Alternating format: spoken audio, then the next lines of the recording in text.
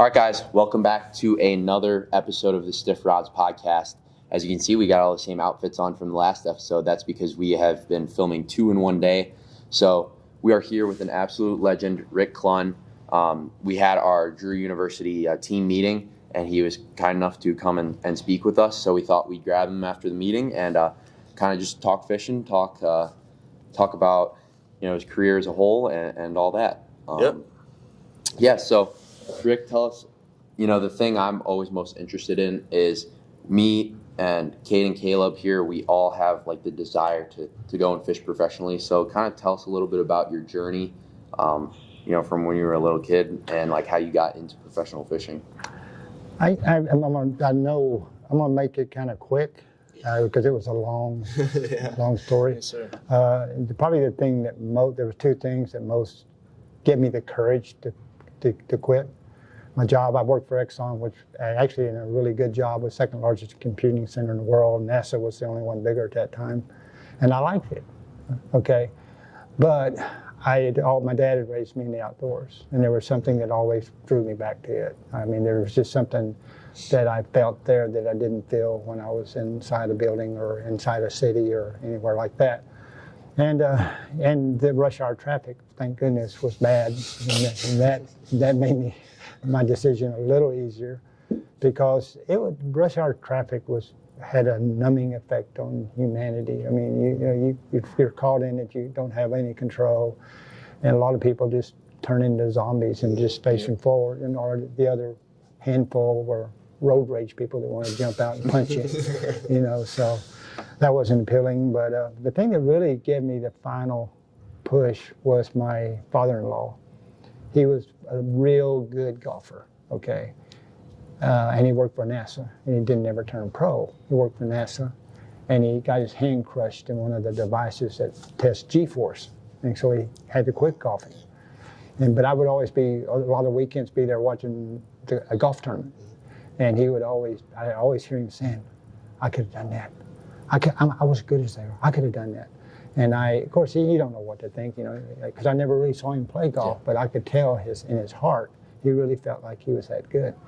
But he wasn't even crushing the hand, and he'd already made that decision when he went to work for NASA, because back in his time, having a job at a bona fide company was more important than chasing a dream. Yeah. And but then they hit me one day, and because I was really wanting to try fishing. BAS had started, they'd had 1 or 2 of their classics, and I just said, God, wow, I really would like to try that. I was fishing in a bass club then a little bit and started doing real well in this state. And finally I said, one day that'll be me sitting there saying I could have done that. And I said, so I had enough college that small business administration told you, when you try a new business, you give it 3 years, and if it doesn't fail, then go back to something else. And so that's what I kind of lied to myself. I said, yeah, I'm going to quit, give it 3 years, and then, if it doesn't work, I'll go back to systems and computing work. Mm-hmm. But anyway, that was ended up being, because I quit my job. I was trying to start a guiding service, and nobody knew who I was. But I told me, here's the one thing you got to take from this. Okay, more than anything else I say about it. When I finally quit my job with Exxon, I went to my wife and I said, I'm going to quit my job. And I thought I better a duck, or she's going to throw something at me, but she didn't. And I said, I work on the 10th floor of the Exxon building in downtown. Most of the people that work in that building are basically just making enough to pay their bills, even though it's a good job. They had insurance and hospitalization and retirement potential, but they were just paying their bills. They weren't getting rich. And I told her, I said, that's all I want. I said, all I want from fishing is if I can pay my bills. I don't care if I got rich. I didn't think about getting rich. I just want to be able to pay my bills, and at least I'll be doing something I love to do. And that's really one of the things that scares me about a lot of the young anglers. They want to get rich quick. Mm-hmm. They love it. And they do. They love it probably as much as I did.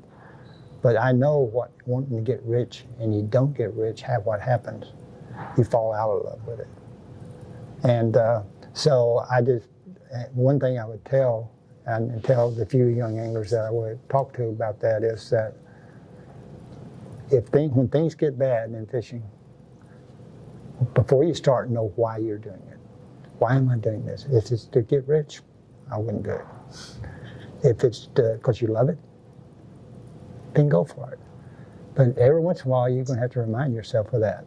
You're going to have to go, okay, this ain't work like me. I lost a brand new house my second year. I came home, the old TV Hollywood deal, and my wife and my young daughter, which was like 1 year old, was sitting on the porch, been locked out of the house. I came home from a tournament.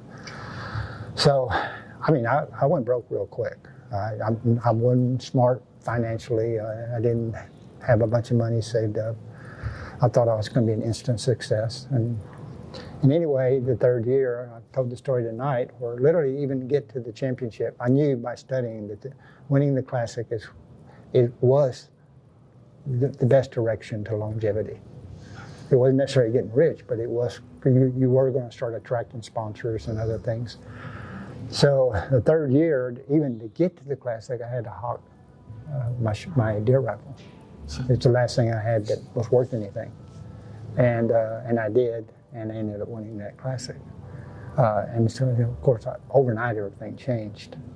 Sponsors started calling. Yep. My phone guide service went from 5 or 6 calls a year to one company calling me and saying, how many days you got open? And I said, well, I got about 140 days open between tournaments. We'll take them all. We'll take them all. We'll take them all. And we'll pay you in advance. Even if they don't show up, you get paid. Wow. So that's how quick it turned around. But that's what that's the glorified version of it. Okay. Yeah. How many guys are going to try are going to win the Classic? Few and far between. Right. Yeah. And so you got to. I just remember, if you want to do it, you'll probably be good enough to pay your bills. And remind yourself when that's not enough, because we all want more. We're all not like Nacho Libre. I want a little piece of the glory. Just a little. That's all me. I didn't care about all the glory.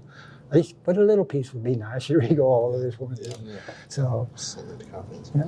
Well, the question I have for you is: you lost everything. What in your mind kept you going to pursue that? Like, you could have easily just quit right there. It's a great question, because it shocked me what crossed my mind. Yeah. I'll never forget it, because I remember I said I'm going to give it 3 years and then go back to, which I could have done, and everything would have been okay within a couple of years, because I had a really good job in that, and it was an up and coming thing. And so I sat down one night by myself, and I started going through all that in my brain. But the one thing that kept getting in my way of going back was I'd lost my house. I in the eyes of society, I'd failed. In my own eyes, I had failed. But I liked myself more than I ever had. That just compounded me. Yeah, you chasing what you loved. I'm chasing what I loved. Absolutely. And so my advice to people, the problem was I was taking a few people with me, my wife and my daughter. Fortunately, they were supportive. But it's still, that part wasn't fair.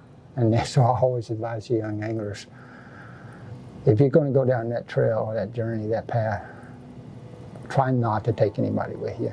Because it's easier to sleep in the back of your car, than having them. Absolutely. And I've always heard that it was really hard to do, knowing that if I don't catch a fish, how am I going to feed my kids? Oh, yeah. No. It's one of the hardest. It's too much pressure. And, well, it is for some people. Ironically, desperation really is, it's not always negative for other people. Desperation was my best motivator. Mm-hmm. Is I even on the worst days, I'm going to be out there practicing. Yeah, because I have to. I don't have a choice. That's another question I was going to have for you, is about practice. Are you like a person that's like, show up if the weather's good, or just fish? I don't know how to ask this without like. No, in your opinion, do you think time on the water is the most important factor in fishing? Absolutely, yeah, absolutely. But there's exceptions to that, and so that's where I can be wrong. And I'll use Kevin Van Dam, Ski Reese. They put so little time on the water. I don't know how they're as good as they are. So they're doing something else, and I am not going to speak for what that is because I don't know. You think it's just like a natural kind of sense or ability? I don't know. I honestly do not know. It doesn't make any sense to me. And like you look at guys like Wheeler, where like it clicked for him at like 19 years old. He won the All-American. Now Wheeler spends a lot of time on the water. Yeah. And Wheeler will do everything it takes to win. Mm-hmm. Okay. And does that imply cheating?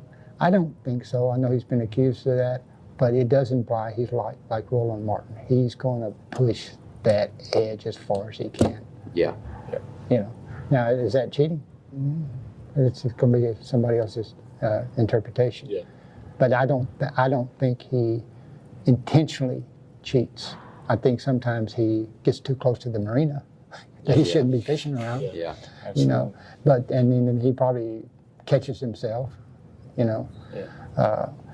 So I've got like I said, I have a Rick Clunn rule, and it's and I was accused of cheating a couple times and had to take a polygraph test. Mm-hmm.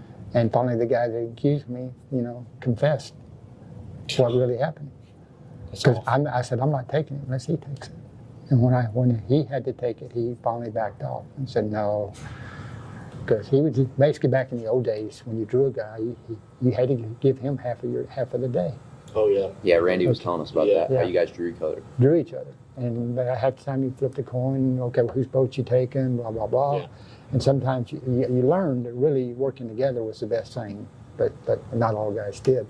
And on that particular day, it was the third day of actually BASS at Truman.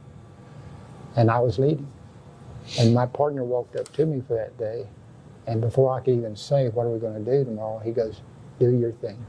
Take your boat. Don't worry about me, my half of the day. I said, perfect. Yeah. And that's what I did. And I ended up winning the tournament. And a week later, I get a call from Bass, you got to fly to Montgomery, Alabama to take a polygraph. I said, what for? And that's when they explained, your partner last day protested you. I said, what for?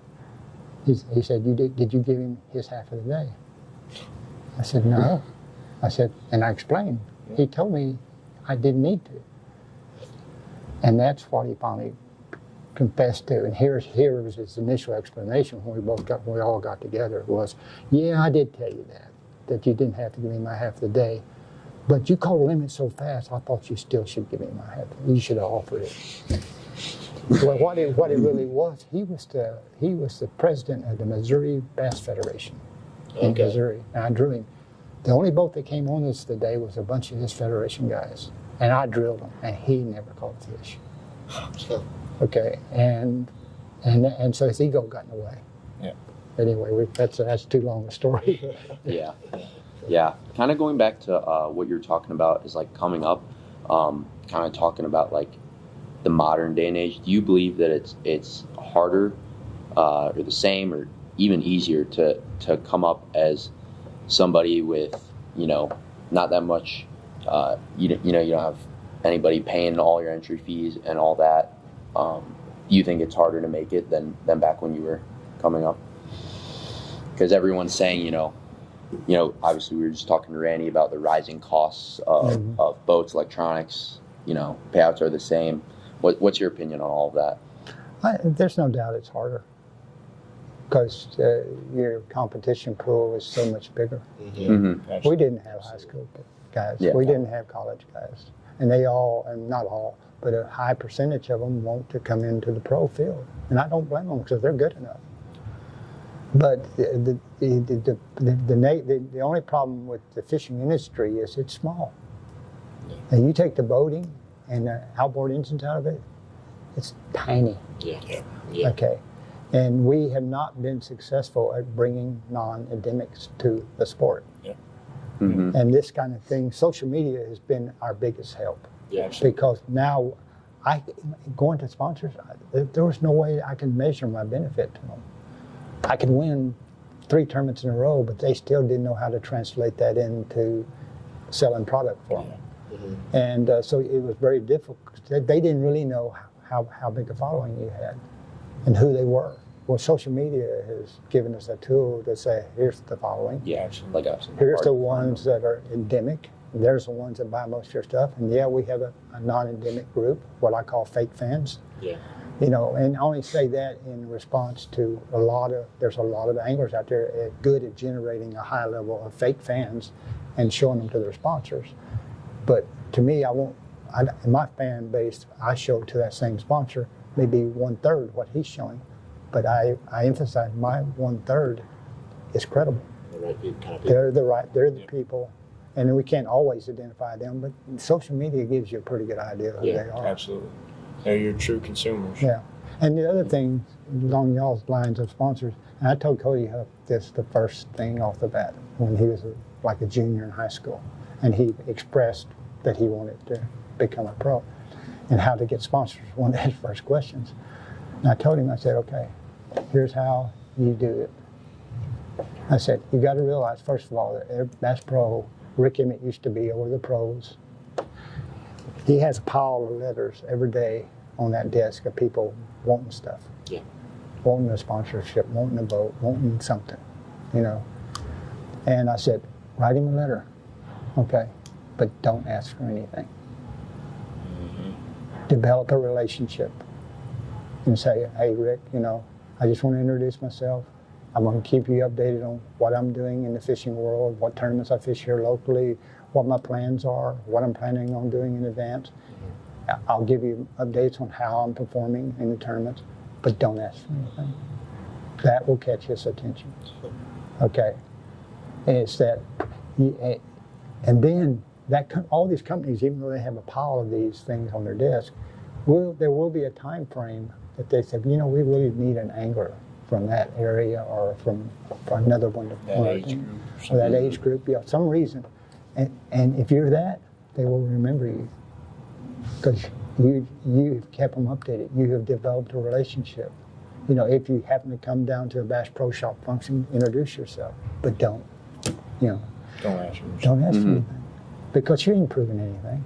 Yeah. So develop that relationship, and that will give you credibility from the start. And he did that. And they, you know, then he added, the bottom, eventually you got to add performance to it. Yeah, absolutely. And he did do that so far. Yeah, for sure. And like relating to sponsors, do you think that, like, obviously pros never express, you know, it's a contract deal and you can't talk about like the money side of it, but do you think like there's, like, compared to 30, 40 years ago, obviously we have inflation and all that, but do you think there's more or less money in like sponsorships than before? They will tell you there's less, but I disagree with that. Yeah. But then again, it's just what I'm observing Yeah. from afar. And I can't, it's just that their market has gone up. A few new things like power poles have come in, and forward facing electronics, Garmin's come in, which never was in the business. So there's been other companies come to it. But I mean, who can say how big that is? I really can't. But I do know that, and they're developing different ways of working with the younger anglers. And so I keep hoping some big non-endemics. We had a chance a couple of times and we failed. Yeah. To bring in some big non-endemics. I mean, like back in the day, we had Walmart, The Walmart Chevrolet, yeah, all those big non-endemic sponsors, and now everybody's got their boat wrapped in Garmin or Bass Cat. well, and the thing is that the people who developed those relationships had the connections to develop the Walmart, but it wasn't a good relationship. It was a twisting your arm behind your back type relationship. Because I know who did that. And he basically, believe it or not, or the other thing was kind of like the Godfather. I'm making you an offer you can't refuse. You know. Mm-hmm. And so he makes an offer. But here's the catch. The catch is you're going to have to sponsor this tournament fishing organization that I own. Oh, Okay. Yeah. I see. Yeah. So, but it gave us an opportunity, but it wasn't all bad because it gave us an opportunity for non-endemics to see some potential, Absolutely. and see how it could be used to benefit them. Now, are all non-endemics, are we a good choice? No. But golf is the worst choice of all. Toyota, I had Toyota as a sponsor for a while and had a meeting with Toyota. And of all the sports that they're involved in, which they're involved in every dang one of them, Every one of them. golf is the worst. By far. They don't get their money value in golf until Tiger Woods come along. Now, they did during the Tiger Woods era. And you say, well, why do they do it then? Well, because corporate America has a love affair with golf. So we need to find corporate sponsors, non-endemics, that like fishing. Yeah. We need. Arnold Palmer did that. We so far hadn't had somebody that could do that the right way. See. Yeah. Do you have another question, Clunn? Yeah, no, I totally agree with you. And you're definitely seeing it like Black Rifle Coffee, Tin Cup Whiskey, all those outdoor brands Yeah. kind of coming into it. Well, I won the Redman All-American, and it was highly successful because of Redman. But now a lot of them, for morality issues or whatever, we almost had a giant Budweiser sponsor one time. Really? Yeah. But they were going to sponsor Angler of the Year and put a bunch of money into it in Bass. But the guy that won it that year was very religious. Okay, I don't fault him. You got to stick with your beliefs, whatever they are. Absolutely. Okay, Mm-hmm. but at the same time, I got mad at him, and I told him, I said, "You're a hypocrite."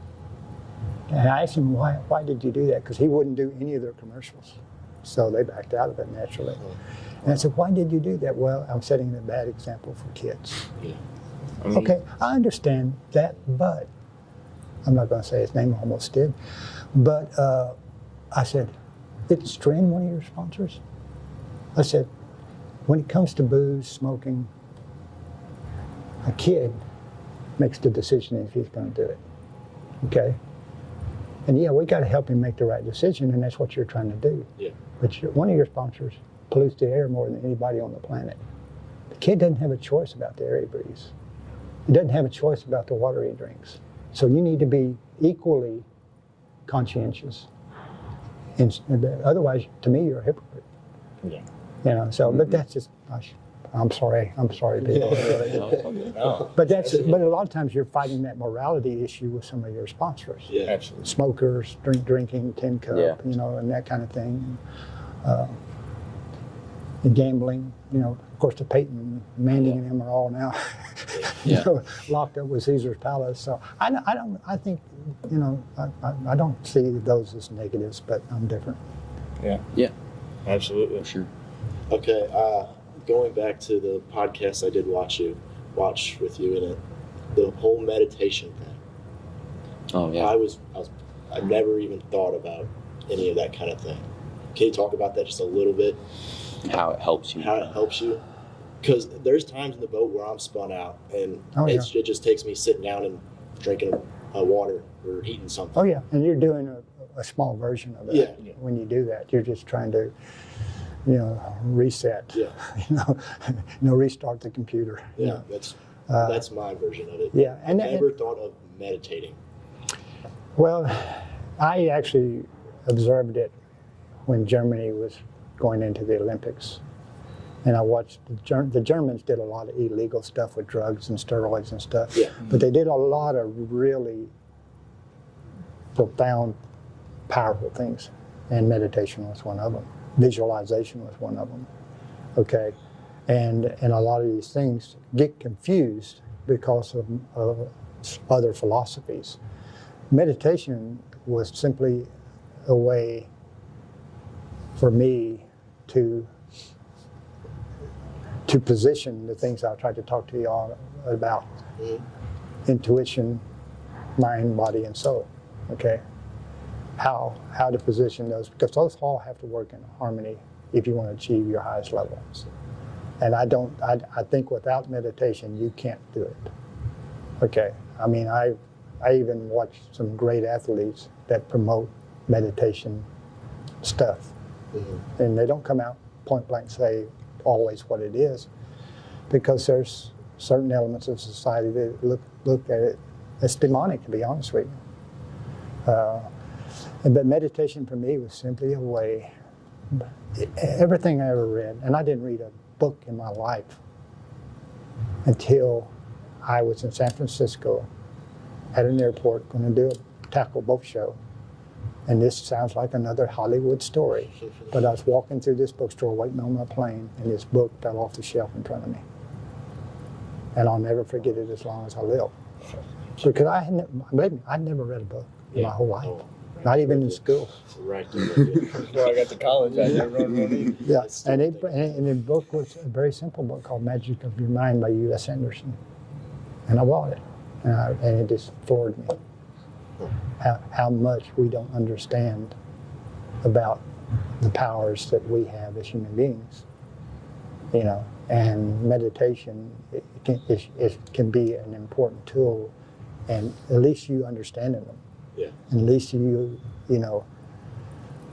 And it's a difficult thing to describe because everybody does it differently, you know. And the one thing I did it every night for a long, long time, to the point that I really felt that I can control the outcome of a tournament, which was kind of an evil thing, I mean, to be honest with you.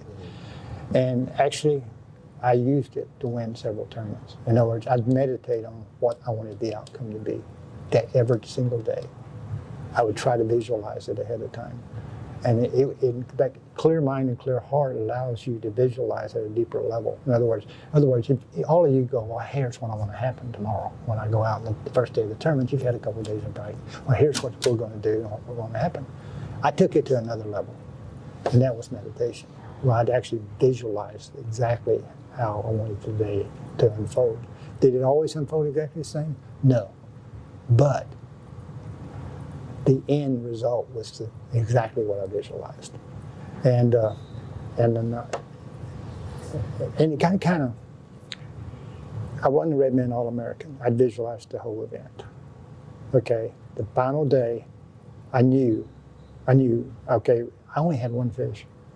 It was tough. I had a 4-pounder, and I said, I got to go catch that other fish. I've already been there. I've already seen him. That one fish will win it for me. And I'm running down the lake, 70 miles an hour in the boat, and this is in the desert at Lake Havasu. And I'm looking at this beautiful plateau, you know. And all of a sudden, this voice comes in my head. Okay, you know how it works, but you can no longer use it to win honors and awards. If that boat had brakes on, I would have did this going down there, because I went, where'd that come from? Where'd that crap come from? I've been working for 3 years to understand how to become more mental. And I was simply trying to do like the West Germans. I wanted to perform at the highest level I possibly could. Mm-hmm. And I saw, and reading other things for meditation, visualization, and a lot of those things, you know, I was reading Jonathan Louis Siegel and a lot of these books that, you know, are most people think are fantasy. But And I read the Bible, the Bhagavad Gita, the you know, a lot of the Buddhist stuff and the Tao stuff, and I'm just trying to put pieces together that I thought I would work and understand. And anyway, I went and caught that other fish, and the tournament was over. But it basically said, but then I understood it. It's like, you know, when you're a child and your parents are teaching you stuff, they allow you a lot of liberties.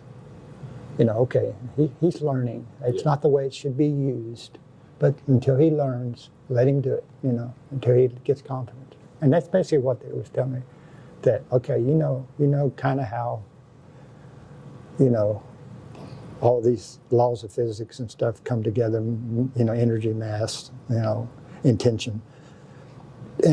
But you're not supposed to use it for winning a trophy. See, I had to learn a form called dynamic meditation, because I realized in the bass boat, like you said, when you lost it, I can't just sit down and meditate for 30 minutes, because I'm going to lose 7.5 casts a minute. Yeah. You know, so my brain doesn't want me to do that. So I learned a form of dynamic meditation, which is simply when you have to do the long meditation, and then you will develop what's called an address.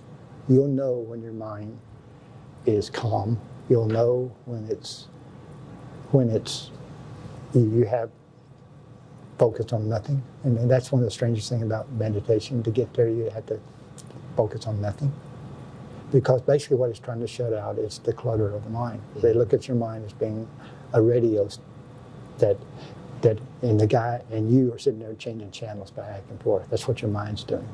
So you got this channel, then you got this song, then you got this music, and you got this guy talking. Meditation is to shut the radio off, because that's when clear thought can take place. So dynamic meditation, you have to, once I really got through breathing, got my energy level flowing at a high level, I knew I was there. And the energy level is done through breathing, and you flow it through all your chakras. It's just a physical technique to allow you to do that kind of focusing. And once I got that high energy level, then I would give an intention. Really, why am I doing this? Okay, dynamic meditation, though, I learned later, was a way of doing it under the circumstances you were in, as long as I had that address, and as long as I practiced it. You know, like those basketball players, they practice every day free throws. Yeah. Then you're going to be better at the free throws. If you practice meditation and you know that, okay, you go through this and you go through this, okay, I'm doing the same thing in meditation. When I get to this point, that's when I'm going to release the ball. And that's when, you know, I say, okay, calm down, get your thoughts together. Well, what do you think's really going on? In other words, you just try to settle down. And you try to do it with a pure mind and a pure, what I call a pure mind and a pure heart. Because if you're all flustered, pissed off at the world, you're not going to usually get good information. No. So that's all I was trying to do with dynamic. Yeah, definitely.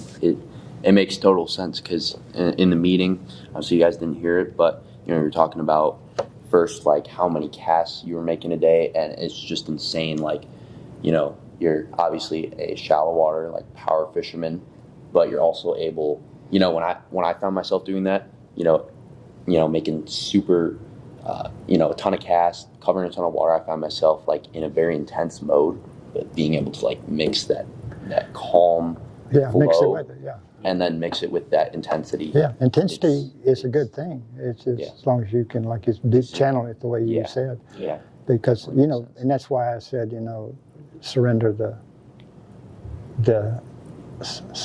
outcome, but celebrate the process. Because casting, see, you always were celebrating the process. Just the casting, you know, when you make good casts and you're in that good flow of casting, that's a beautiful. It's almost like shooting a basketball three-pointer. Yeah. So and so all of your days should be kind of moments like that. And because all too often, you know, and I'm guilty of it worse than anybody. You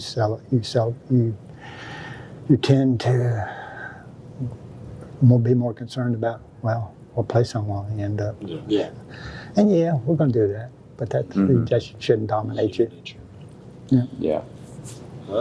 Well, I think that's a good place to stop. But yeah, guys, that's a wrap for Stiff Rods episode 6. This will be 6 now, and you know, we got the winter, we got a little bit of the off season, so we're gonna go all in on making content, filming the Stiff Rods podcast, and hopefully doing a lot of fishing out here on these Ozark lakes. But thank you guys for watching.